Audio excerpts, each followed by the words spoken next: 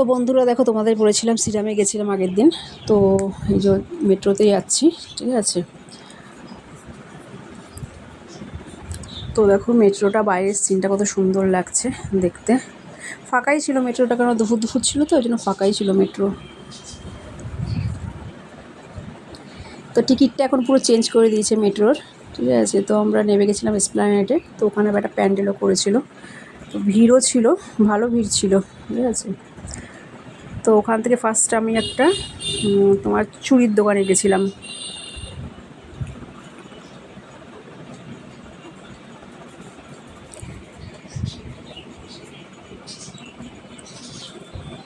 তো ভিড় দেখো, এত ভিড় যে কি বলবো। এইখান থেকে আমি একটা চুড়ি পছন্দ করে নিয়েছি, একটা রেড কালারের একটা চুড়ি নিয়েছি, ঠিক আছে। তো চুড়িগুলো সব 100 রুপিস ছিল। তারপর চলে গেলাম চায়ের দোকানে চা খেতে। মাথা ধরে গেছে অলরেডি, ঠিক আছে। তো চাটা খেলাম।